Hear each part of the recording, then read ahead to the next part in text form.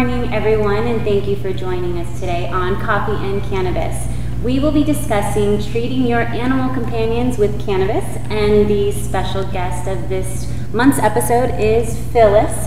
She is one of the co-founders of Superbaked. Phyllis, thank you for joining us. Thank you, Adelia, and thank you, Cara and Roni, for having me today. Like Adelia has said, I'm the co-founder of Superbaked, and we make amazing edibles for humans, which are fortified with THC. I'm here today because I want to share another side of the company, another side of myself, which is my love for animals, and I have integrated CBD. I have delved into hemp-based CBD to help animals heal from any type of condition or ailments that they may have. That's who I am as a person. My passion is putting together the most amazing ingredients that I could find and sharing it with the community, especially the cannabis community. Thank you for joining us, and that is a great story, and we can't wait to learn more. So one of the reasons we are discussing this topic is 2 months ago, June 14th, the California Veterinary Board sent a letter to all the veterinarians, and it stated a few things that actually affect our industry. So they received the following advisory was posted to the California Veterinary Medical Board website on June 14th. It stated the current laws on marijuana and animals. Veterinary Medical Board current laws regarding marijuana and animals. Number 1 is the Federal Drug Enforcement Administration has ultimate jurisdiction over controlled substances, including marijuana. The DEA has listed cannabis and cannabinoid products as Schedule I controlled substances, meaning that these substances have a high potential for abuse and no currently accepted medical use. The DEA has not given veterinarians the authority to possess, administer, dispense, or prescribe cannabis or cannabinoid products. Therefore, under federal law, veterinarians are prohibited from engaging in such activity. Number 2, current California law makes it legal for human patients and their designated primary caregivers to possess and cultivate marijuana for their personal medical use with the recommendation or approval of a California licensed physician or surgeon. There is nothing in California law that would allow a veterinarian to prescribe, recommend, or approve marijuana for use by animals. Veterinarians aren't in violation of California law if they are incorporating cannabis into their practices. And number 3, the Federal Food and Drug Administration, FDA, has warned that consumers should be aware of purchasing and using products containing cannabis for animals. These products have not been approved by the FDA for the diagnosis, cure, mitigation, treatment, or prevention of diseases. They also have not been documented as a safe remedy by the professional veterinary medical community. So I would love to hear each of your thoughts on maybe why they sent that letter or what your thoughts are regarding that letter that was sent. I feel frustrated as a patient because I feel like we're dealing with the same issues that we are personally with our pets. I know that there's a lot of unknowns to deal with that, but I guess my question is this something that's addressed in legislation that we're working on now? Like, what's MMRSA now? What are they calling that? Sorry. I think it's still MRSA.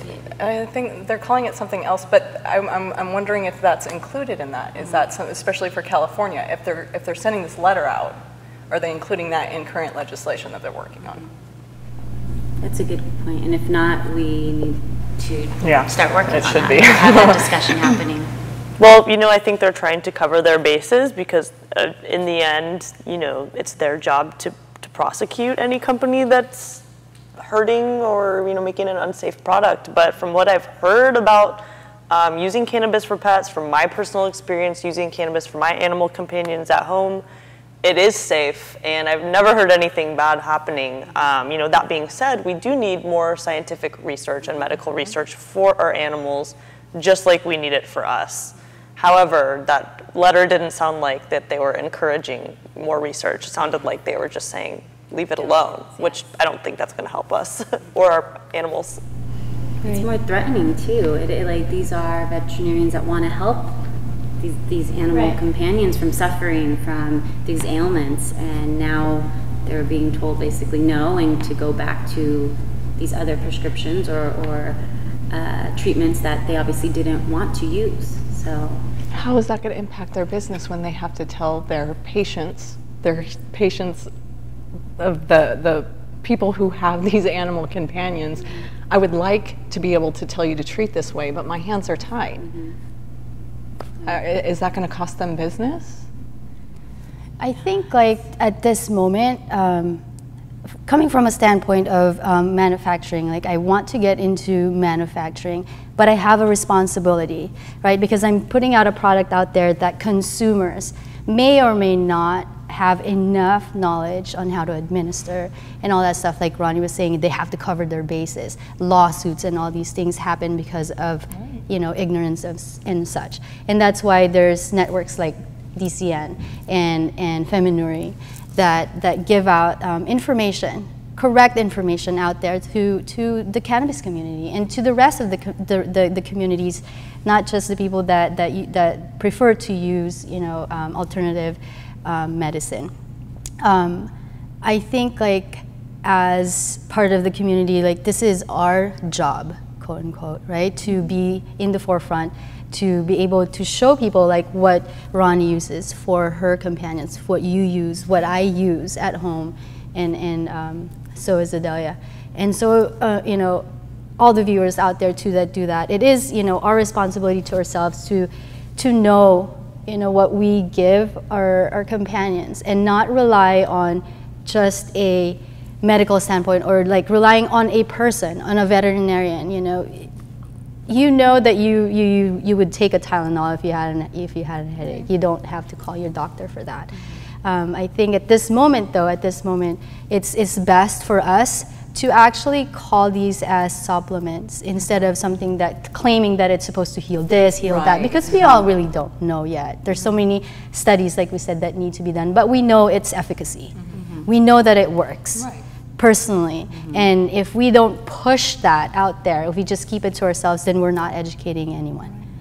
I feel like my frustration comes from it's perpetrating the negative stigma into a whole nother arena. It's fear-based. Right. It's just perpetrating and spreading all of that. So. Right.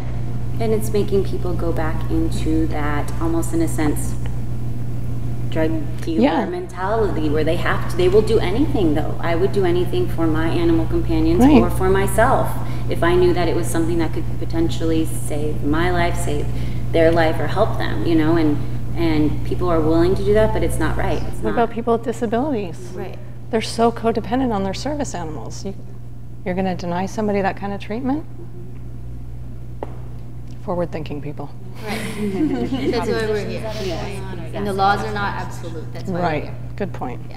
Yeah. So Phyllis, if you could please share a little bit about your friend Nick here and how you are treating him with the current products we have. So Nick has gotten quite the popularity. He's won the popularity contest. I found Nick in Nicaragua. He was stray, and he had more than 200 ticks on him when we found him. He had no balance, and he couldn't hear very well. And it took me 3 days to clean him. And I actually used our first aid that we used was grapeseed extract. Again, it's from a plant. You can find it in your health food store, and it kills all the fleas and any bacteria that might be still lingering on him. And then we used chlorella tablets while we were there. And that helped him detoxify. He actually pooped a lot of worms. And he loves it. And that's the thing, it's instinctive. They know what's good for them, just like we know what's good for us. But then when we got here a couple weeks ago in San Diego, I started him with CBD from Irie. And I noticed that in the first day of administering just 2 drops in his meals, that his appetite was like 4 times what it was when we were in Central America. But we're hoping, it's changing a lot. It's straightening up. He's walking way better. He can go down the stairs a little bit better. Before, his hind leg would just flop over, like he has no control over it. But those are the things that I've noticed in his hair, you know, growing back. There used to be patches. If you go on our Facebook page, Creature Treats, you'll see like the first days when we first got him. I think Cara has seen the worst of him. He was like yay big when we first got him. And look at him now. Yeah. This is 3 weeks of, you know, CBD treatment twice a day. Yeah, like a little fur water balloon with sticks. And so 2 treatments twice a day, and you just use the droplets in the food? That's right. I just put 2 droplets in the food, and however it's like easiest, sometimes I would drop it on his tongue. He would let me sometimes, yeah. So Phyllis, in treating little Nick's iron deficiencies with his red blood issues, what are you using in his diet to supplement that? So other than me making vegan food for them, which is rich in grains and legumes, and greens, these are all amazing for sources of B vitamins and iron. There's brewer's yeast. Brewer's yeast is something that is given to moms sometimes to help them produce more milk. And that's like fully rich in like all the B vitamin complex that your body needs, and it's actually naturally deterring fleas for animals. If you give them that. Right, the brewer's yeast, yes, correct. So wonderful. And where would you find something like that? Just a natural health food store? They come in powder form, or and I usually just get vegan caps and I would put it in that if I was going to take it myself. But for this guy, they come in powder form and you can just sprinkle it in their food. It's pretty neutral. So for going into back to Creature and Treats, where can we expect finding it? What do we see in the future for you guys? And how can people contact you? Right. So right now we don't have a website because creaturetreats.com is taken. You know how it is. It's that game. But we have a Facebook page called Creature Treats. We can sell from there directly with donations, not sell. We need to cut that. We can trade for it, and we just ask that we get like some feedback from other people out there that would want to try it on their animals. And we can also find it on the Superbaked website as well. On the Superbaked website would be starting to carry it as well as we move forward. I can hear his puppy noises, sorry. Well, we are very excited to see what the results are with, even in a couple more weeks, how the growth is for Nick and where your product grows, and the continuous success that we all wish you. Thank you. I thank you for joining us, and we will see you back in a little bit. Thank you. Thank you for watching Coffee and Cannabis, and coming up next, we will be discussing the product reviews for this month's segment.